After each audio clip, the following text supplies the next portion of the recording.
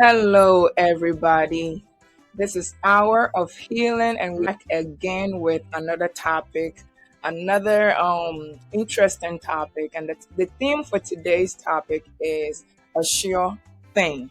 And unfortunately, I would say this is going to be the last um, recording or podcast or discussion that you're going to have from Hour of Healing for the year. And after today, we'll see you all next year. Be expectant of what God is about to do in your life and what God is bringing for you. Today's theme is a sure thing. I hope you are ready for myself and Dr. Joe. I'm hosting today. This is Candace, and Dr. Joe is in the hot seat. I hope you are ready for us, viewers. Hello, Dr. Joe. So today's theme is a sure thing. Can you explain what do you mean by a sure thing, and where are we going with this phrase, a sure thing, today? Yes, thank you so much, Sister Candace, for all your hard work and your time and commitment to Hour of Healing. Like you said, God has been very good to us throughout the year.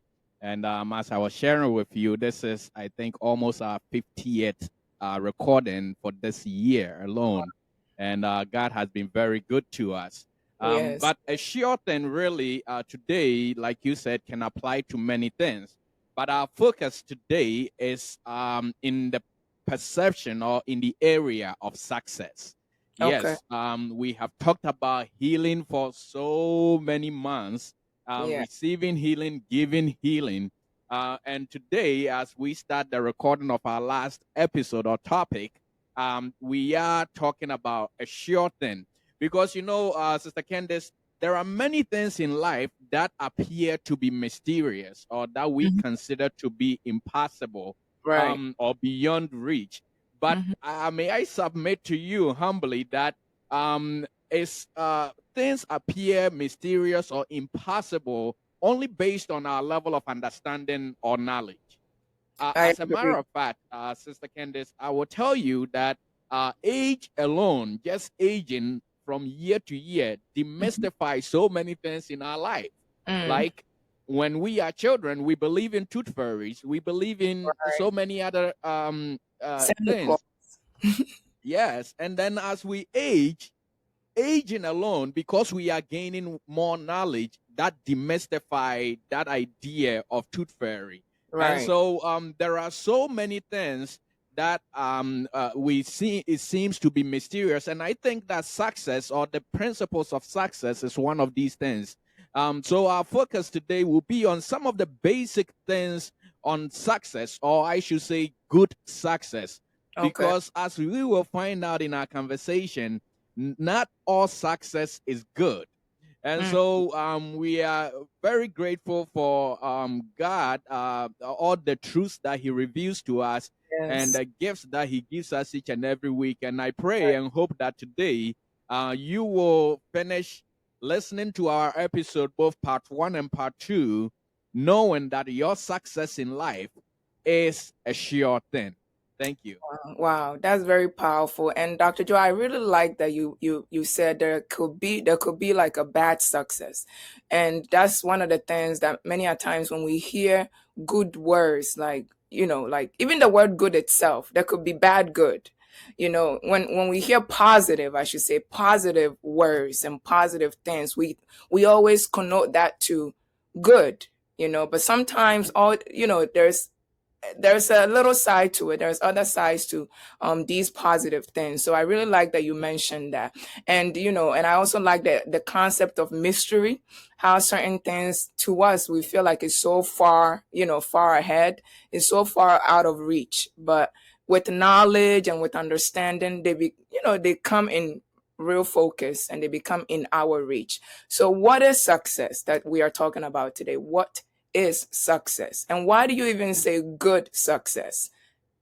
Wow, thank you so much. So, I like starting from the dictionary because everyone can refer to that. And success basically is defined as the outcome of an undertaking. Mm. Now, the interesting thing that I find in this definition is that you realize that life itself is an undertaking.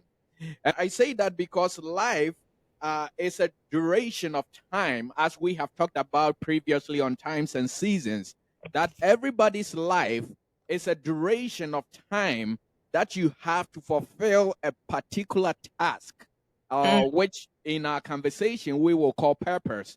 And Okay. so we will learn and also have learned in the past, we talk about our purpose in life or our existence not being by chance.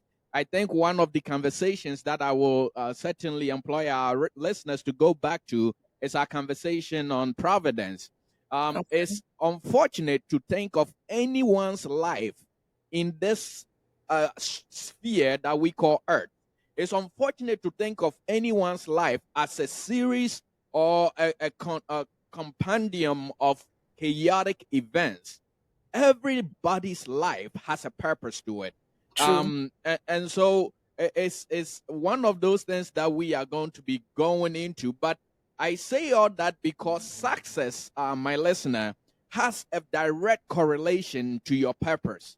And that is where good success come in. Mm. And so what we are going to try to show our listeners today, by the grace of God, is that purpose influences design. Mm. Every manufacturer puts into the product the things that are necessary to function or perform the needed task. And so, if you achieve any level of quote unquote success Mm-hmm. without your purpose, Mm. that is not good success. Mm. Okay. There are various stages, dear listener, that you have to go through to accomplish your purpose in life. So I don't want you to listen to us and undermine the current level or the current accomplishments that you have. Right. The accomplishments that you have now is necessary. But I Right. want you to know that if you settle for anything, let me give you an example because you know I'm a guy of examples, right? So let's say your purpose in life is to be an inventor or an educator or whatever it is. Now, this is the purpose that you have. But for you to become that inventor, that educator, you have to go through various level of education yourself. You need to go through school. You need to do what we call internship. You have to be under training, under serving of other people. Sometimes you have to be under someone who has the accomplished that purpose that you are seeking for. Somebody who has reached that level and be able to learn from them. I think one of the tragic things that we face, especially when it comes to spiritual matters, is that a lot of young ministers are trying to pay the price to operate in the unction or at the level where God has strategically placed a spiritual father who has already paid that price to Mm. be a gateway for them to be able to operate on that level. Well, let's come back to success here. And so, Side note, what I'm right? trying to say is for you to be able to get to that place of your purpose, you need to go through various steps. For all those steps, they are necessary in helping you accomplish your purpose. Mm. Unfortunately, Sister Candice, many people settle when they get to the point in life where they are making a good income. So you graduate school with honors, and you have a well-paying job. You and then you settle, or you don't go any further. My question that I am posing to you today is: are you really successful? Mm. Is your purpose in life only to make a good income? For Mm. all we know, my dear listener, the level of success that you are enjoying now is supposed to be the springboard that propels you into your next level of impact. And Mm. that will be what I will call good success. And Wow. so I know this is just the first question, so I'm going to make it short. But what I would say is, as parents, teachers, educators, or whoever we are, counselors, and all that there is, if we can understand this principle, I think it will influence how we raise our children and also the level of investment that we put into the young ones. If we Mm, understand the principle of right. success having a direct correlation with purpose. Thank you Oh, so much. uh, that's very good, Dr. Joe. You got me thinking so much. But so success, according to what you're saying, just correct me if I'm wrong, but success without connecting it with our purpose is not a good success. Is Yes. that what I'm understanding? So success without that success being connected to your purpose is not a good success. Right. Yes. So my the question I want to viewers out here, I think I'm speaking for you all, right? I just want to understand, how do I plan in steps? Because I think you mentioned something about there are steps, that it's like basically you have to go through certain stages to reach a certain, place, like with the example with an unction per se. So if I don't know my purpose, how do I plan in steps to succeed in alignment with that purpose? I don't know if that's clear. So if I'm washing a car now, if I do car washing, and that may be a step to me becoming a man or woman of God. If I don't know the purpose is, or the end game is to be an apostle or evangelist or a prophet or a lawyer or a doctor or whatever, how do I plan with my car washing, knowing that the success is a lawyer?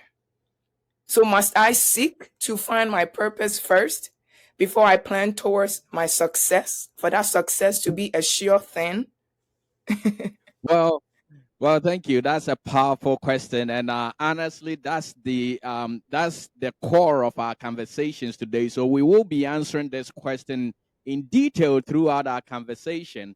But remember what I said, that the purpose of any product is not in the product itself, but rather the designer. And so, Oh, for you to find purpose for your life, you need to first connect your life to your designer. And that's why I spent a lot of time in the beginning trying to lay some foundations that no one's life is a random series of chaotic events that happen. Your okay, life was divinely orchestrated, planned, and made. And okay, every designer, everyone who makes anything, before the manufacturer made a car, they had thought about being able to go 50 miles away within a short time before they made it. I mm, think one of the examples I had given in one of our previous conversations is that for you to invent a smoothie maker, you must okay, first think of having something that, one, will save you time, two, will okay, be able to blend all your fruits together and make it okay, quickly and as smooth as possible. So even before the person who made a smoothie machine made that device, that person conceived the purpose of it. And so your purpose in life is okay, not in the product itself, but in the manufacturer. And that's wow, why everything you buy, my dear listener, comes with a manufacturer's manual. Think right. about that. That's very powerful, Dr. Joe, because it got me thinking about how we have to be a people that thinks ahead. I don't believe that God gave us a brain to just use it to learn in school, or whatever we want to do, just use that brain for. But we have to be a person that thinks beyond what is made available and what is given to us. And so I want to understand this section of this theme today. Sure thing. Is success really a sure thing? Is success really a sure thing? Because to me, I feel like it may not be a sure thing. We're probably giving people false hopes. But can you explain or elaborate on that? Is suc Absolutely. And you know me as long as you have, Sister Candice, you know I don't give false hopes. I'm all about transparency and truth. So, yes, the answer to your question is a resounding yes. And the reason why success is a sure thing, or let me use the word, your success is guaranteed, is because, as I mentioned a few minutes ago, the maker or the designer creates anything that they create with purpose in mind. Mm-hmm. Therefore, every product has within itself the inherent ability to perform its purpose. Mm-hmm. If you buy a refrigerator like we were talking about, it has within it the inherent ability to refrigerate items. And so there is Right. nothing that you make, or there is nothing that was created or made that does not have the ability to fulfill that purpose. And so, from the maker's perspective, from the designer's point of view, your success is guaranteed. Okay. And we will go through various things today as we go through this section. And I'm sure you will have questions about it, dear viewer. But by the grace of God, I believe by the time you leave this recording, you will understand that your success is not a matter of hit or miss. No, it's Mm-hmm. guaranteed, because your success indeed is already built into you. Your talents, your giftings, your abilities, the things that come so easily and so natural to you, those are not things that you learned. I don't want you to live your life under the illusion that you learned those things. No, there are people who lived in the same environment, in the same circumstances as you did, but Mm. the things that come so naturally to you don't come as easily to them. Now, Mm. before you start asking me why there is so much evil in the world today and so much poverty and so much failure, That's big I for want another. you to go once again. I know. I want you to go once again to listen to our recording on providence. I think we talked about some very powerful things in there. And Mm. one of the key things in creation being freedom. And I believe we had made mention, or Bishop had mentioned there in that recording, that God is so bound by his nature that if he takes away your freedom, you are not in the image of God. And so, Mm. before we start asking all those questions, let's dive into that conversation on providence. And you will have those questions answered. And today we will answer some for you as well. Thank you for that, Dr. Joe. So now I'm clear. I hope you all are clear too, viewers. So I just want to understand this concept of, with the microwave or refrigerator. If I lose the manual, would the refrigerator still function? Because I think you mentioned something about you have the capacity in you to still do what the inventor intended for you to do, like your talents, everything in you. You did not learn it; they were built into you. So, what is the essence of me using the manual? Because you and I both know you buy a table, you throw the manual somewhere, and you just start trying to, with your own mind, you just try to put it together, fix it, and then when it doesn't go well, you're like, where is the manual? The first thing, our first instinct is not to look for the book. It's a few people, maybe you out there do, but I that's the last thing I do. But if I lose the manual, can I still put myself together? If I'm a table, can I still function in my purpose, or I have to go according to the outline of the manual? Well, that's a very good question, Sister Candace. And your questions are as though you are reading my mind. I believe it was the late Dr. Miles Monroe who, in his book, I believe it was In Pursuit of Purpose, did Mm. mention that application of wisdom that leads to the detriment of others is foolishness. Why do I reference this quote? You know, yes, we have all gone through those periods where we don't consult the manual in putting the table together. You have all the pieces when you buy that table that comes in the box. You have all the pieces, but you Right. realize that without the manual, one, it takes you longer to be able to assemble it. Yeah. Two, you attach wrong parts, and so you have to do trial and error for most of the time. And three, it leads to damage of the product itself.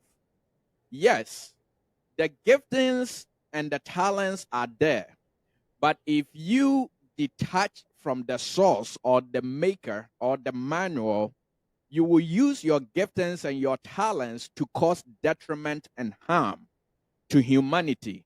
And so at that time, even though you are a celebrity, you are famous, you are making all the money, it comes back to the question that I asked you in the beginning. Are you truly successful? Because your Mm. purpose for which you had those giftings is not to cause harm to others. I believe an example Mm. that I once heard was the look at all the things that have been created, Facebook being one of them. When the maker of Facebook, I believe it's Mark Zuckerberg, when he made Facebook, do you think he intended for people to use Facebook for all the bullying and the harassment and the No. blackmailing and the fraud?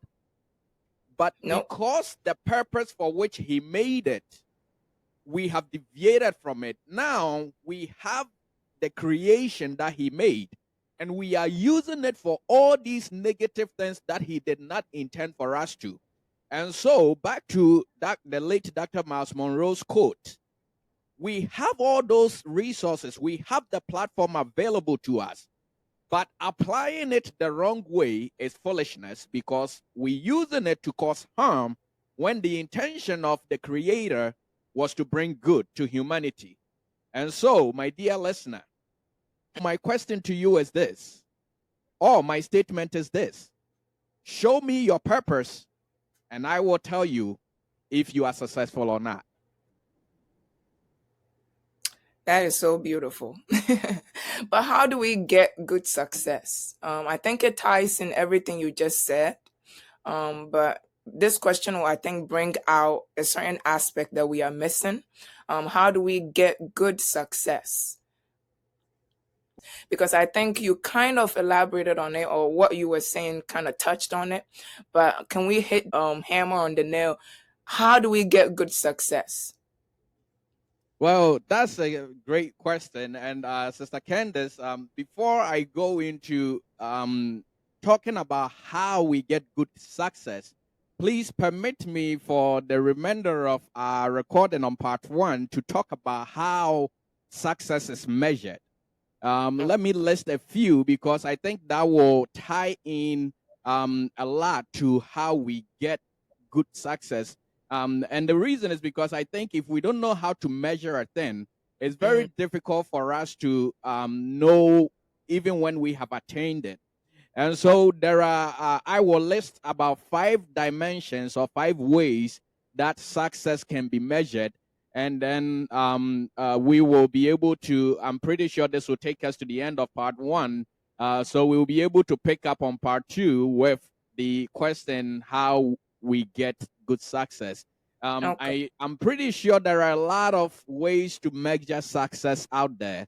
I haven't written any books on this, so I don't know. But the little that I've been given is what I will share.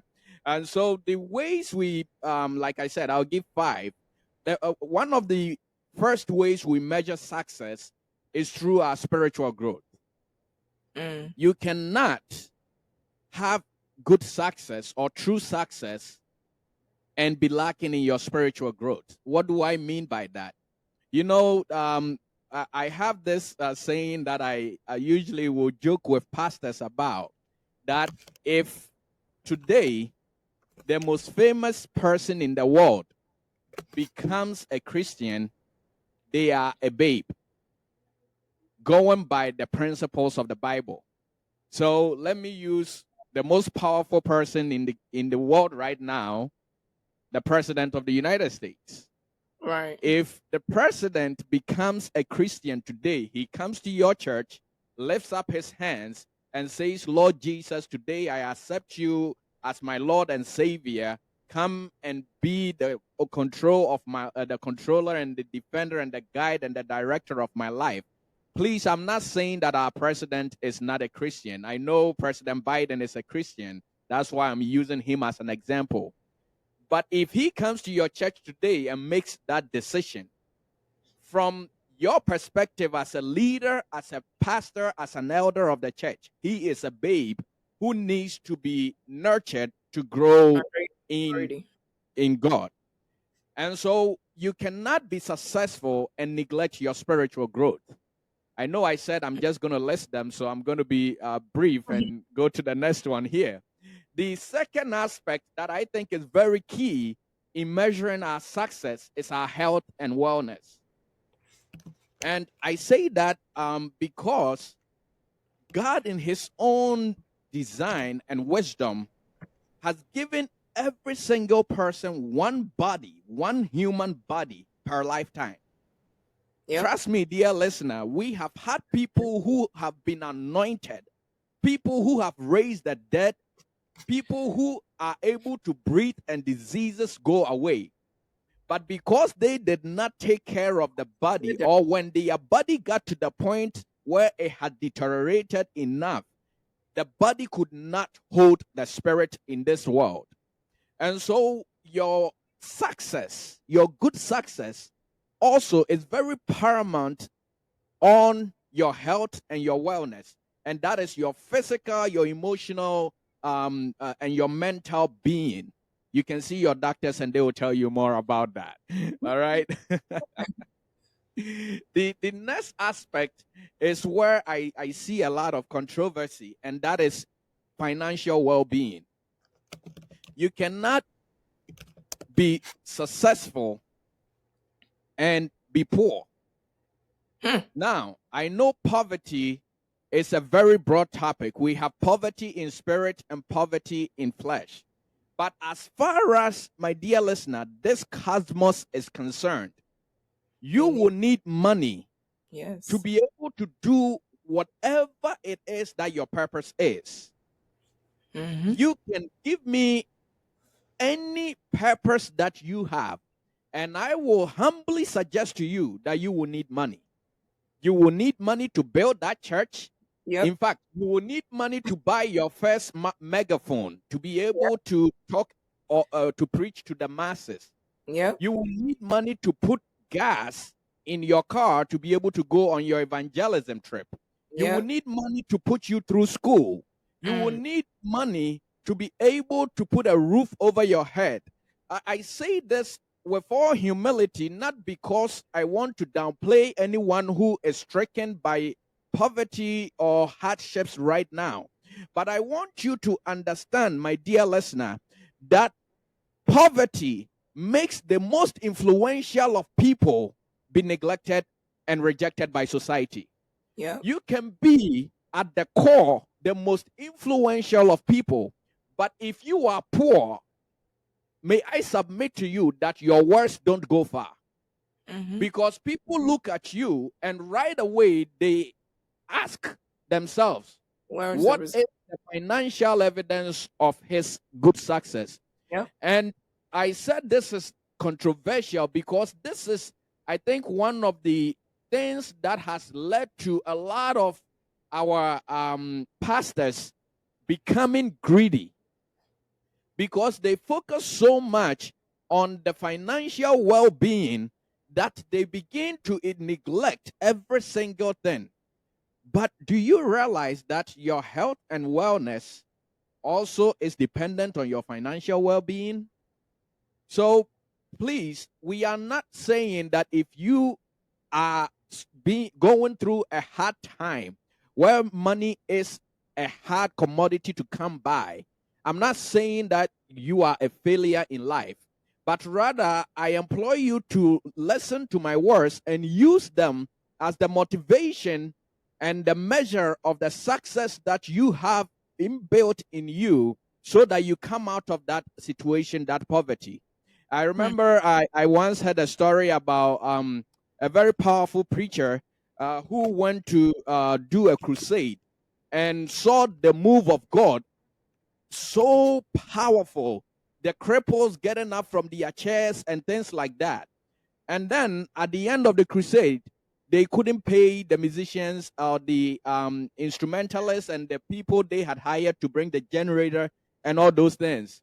Imagine if, because they were not able to afford the generator for the crusade for the first night, imagine if they couldn't pay for the second night. One, the crusade wouldn't come on. And so all those people who will be saved will not be saved in that instance. So mm. please don't underestimate the measure of your success from a financial standpoint. Um, the fourth one, maybe I should have listed three. The fourth one that I want to talk about will be something that I will share some more light on in our next Part. section, in part two of our conversation, and that is relationships. You measure success by your relationships, and we will talk more about this. And then, obviously, the fifth one that I would say the fifth measure of success is what we've been talking about all this time, and that is purpose. You can't have good success without purpose. And so Mm. those would be the five measures of success that I think are key to understand in order to go into our next question, which will be how we get good success.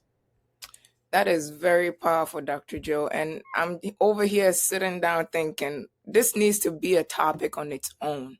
Mm, These sections has to be broken down into more deeper understanding, because with the financial thing, it's a whole thing by itself. And viewers, I agree so much with this. And the reason why I hope, and I'm praying to God, He will touch Dr. Joe's heart. So we'll pick this up into a special podcast and deal with it. Because one of the prayers, or one of the things that I constantly keep asking God for, is, God, make me a rich woman, make me a millionaire so I can mm, fulfill your purpose. Because I make like all these plans, all these visions come to me, and then first thing I think about is money. of You course. can't do, yes. So I think some doctrines and some teachings has affected certain things that we should have known, and because the focus is more about, God, and but we forget that all these things comes into play. He does not despise all these other things, because they add on to. I'll tell you a story about a woman of God that um, did a program, and the amount of money that they gave her was not satisfying. And this goes back to what Dr. Joe was saying. She was not satisfied with it. So she started, like, you could see her character, the negative aspect of her character Mm, coming out. mm, And so everything she came to the program to do, what she taught us, how the Holy Spirit, it became questionable. It became as if, like, was this the same person that was standing here before us, that was telling us all these things? So it kind of undermines who God has made you. But think of it, if she had enough money, even if you give her $1, she has come to fulfill her purpose. you know if correct. she had a side job, and that is one thing that I want to throw out there. If you have a job that you are doing until your purpose peaks or reaches to its peak, keep it, because that's what's going to fund or sustain the plans and agendas that God is leading you to. So we're gonna, I'm praying. If you guys don't know, Dr. Joe is my brother, so I'm gonna, tab him a little bit, and we're gonna work on this. But before we close out the first part, can you, summarize it before we get into the second part, Dr. Joe, with everything that we have talked about today, for our viewers to get a glimpse of, you know the totality of a sure thing. Yes, thank you so much. And I think that was a very powerful example that you gave. And it does certainly put in perspective why I think financial well being is so important of a measure when it comes to our success, Sister Candice. Dear listeners, thank you so much for joining us for part one of our conversation this week. I am excited. As you can see, I am heated, I am boiled, and I am primed to go for part two. In part two, we will be picking up from the question that Sister Candace asked us, which is how we get success. But before you know how to get success, remember, success from the perspective of your maker is a sure thing. And that is why we have spent some time today laying the foundations for this conversation so that you don't go out of here thinking that success is a mystery that you may not be able to attain or anything. Everything that a product needs to fulfill its purpose is put in that product by the designer. As a matter of fact, the success of your product, the success of any product is conceived before that product was ever made. If you understand this principle, my listener, I tell you, there is no stopping or telling what and where you are going to reach in life. God bless you so much for where He has brought us, and we are ready to take flight. Bye-bye.